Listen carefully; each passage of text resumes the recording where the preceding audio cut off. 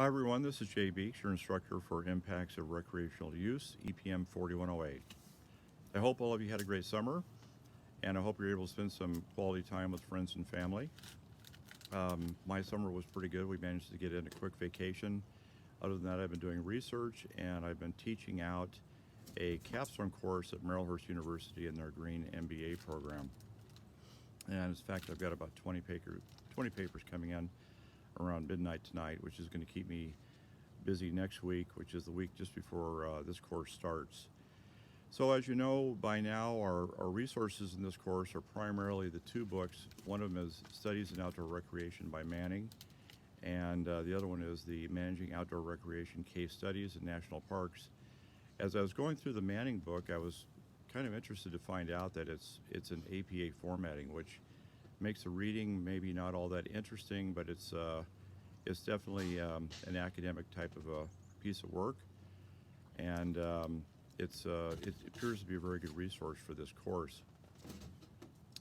My background briefly is, in addition to this course, as I mentioned, I think this is my first course teaching at University College. My background is primarily in science and engineering.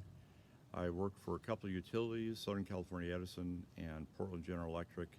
I've also done engineering and science consulting for a couple of consulting firms, Kleinfelder and another geotechnical consulting firm. And then in addition to that, I worked for state parks here in Oregon for 10 years as an engineering manager. My education background is primarily in engineering and science as well. I have a bachelor's degree in mechanical engineering, a master's degree in environmental science, a Green MBA from Marylhurst University, and a master's degree in civil engineering from Portland State University. And finally, I completed my PhD from the California Institute of Integral Studies with an emphasis on sustainability and on sustainable leadership. But I think as far as this course goes, the most important piece of background I have is as an engineering manager with state parks for 10 years. So that's with the Oregon State Parks, OPRD, here in Oregon. While I was in that position, I had a little over 20 people working for me.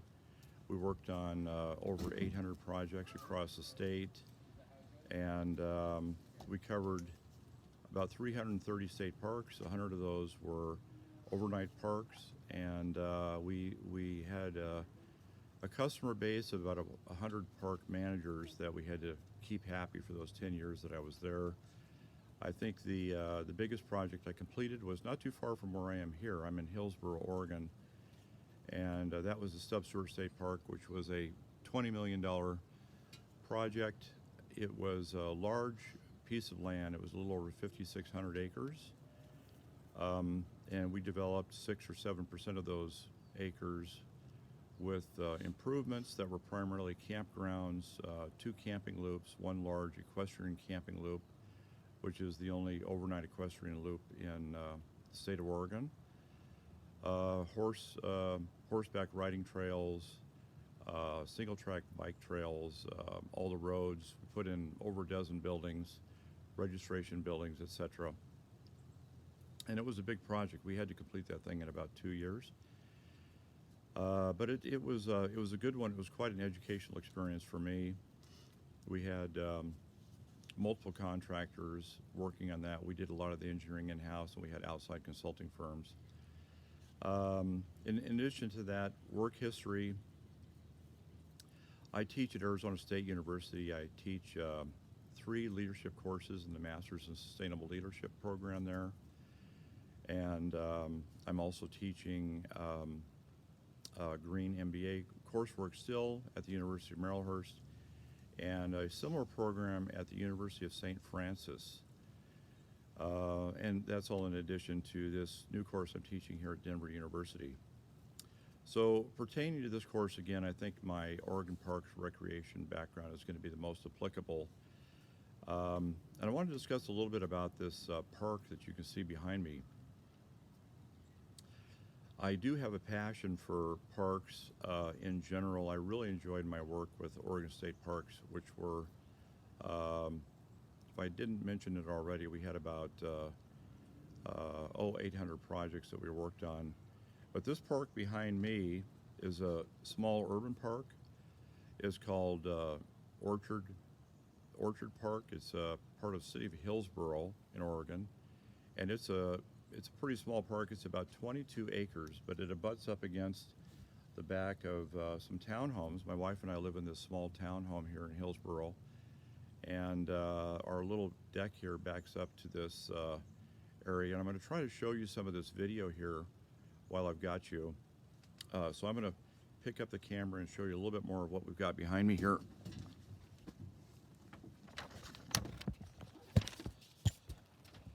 So as you can see here, this is a conifer forest. It's a temperate forest, very typical to the Northwest United States. I've got a maple tree here. You may be able to see this, and some hummingbird feeders. That's my Sheba down there looking out through the handrail. Down here I've got Lulu, who's a field-bred English Cocker Spaniel. So it's getting close to sunset here. Back here in the forest, there's all kinds of deciduous trees, alders, poplars, and the conifer trees. You'll see some Douglas fir trees, and some other deciduous maple trees, some small western red cedar, hemlock, and down here, if you can see this is a bioswale. The city of Hillsboro calls this a water quality facility. A little chickadee down there on a feeder. Quite a few bird species down here. We've counted about 30 bird species, but I'm sure we're way off the mark here. We've got everything ranging from chickadees and sparrows all the way up to red-tailed hawks, and we've even seen a couple of great horned owls back here. So it's a pretty nice little park, and the thing I like about it is that we're butting up against a lot of development. This area that I live in here in Washington County has about 250,000 people. We're not too far from an Intel manufacturing facility that has 20,000 employees. And this little park, comprising of 22 acres, acts as a nice buffer between the urban environment and the park. So it's nice to have this in your backyard, and I think that's one of the things that the city of Hillsboro has done a very good job of. They have dozens of these around the city, and they all act as a nice little sanctuary for animals and people to get away from their pretty busy lifestyles. So I'm going to put you back over here and sit down again. So that gives you a little bit of an introduction. I think that we've got some good resources in this class. I have enjoyed reading the Manning book so far. One of the things I noticed, though, it doesn't really discuss much about the difference between a city park, a state park, and a federal park. And that's a pretty important consideration. So as many of you know already, I believe, federal parks tend to be resource protective parks. They tend to manage very large tracts of land, whether it's a BOR or whether it's a national park or U.S. Forest Service. They tend to have large tracts of land. In Oregon, in fact, over 50% of the state is covered by federal land. And they protect those resources in different ways. There's a big difference between the protection management systems used in, say, in a national park and a U.S. Forest Service, whereas in national parks they tend to have minimal management, and Forest Service they tend to have more management, and then they also tend to sell off their resources in Forest Service parks. Then on the opposite end of the spectrum are city parks like this one. This little park behind me, Orchard Park, has a lot of recreation. It has a 10-hole disc golf course, and it's got hiking trails. It's got a creek going through it with a linear bike path that goes on for about 3 miles in each direction. And a lot of city parks will have these types of things, and they'll have what you might call higher end recreational facilities such as playgrounds, and even some of them even have tennis courts, basketball courts, that type of thing. And in the middle are state parks, which tend to try to find a happy medium between resource protection and providing recreation. So those state parks, such as Oregon State Parks, we kind of covered the whole gamut from high recreation end parks to very high resource protection parks. And Stubbs Stewart, I would say, was somewhere in the middle, although we did incorporate a disc golf course at Stubbs Stewart. So that's about it for an introduction. I think we'll get into more of it as we get into the coursework here. Again, I just want to welcome you all, and I'll see you here in the coming weeks, and I'll talk to you soon.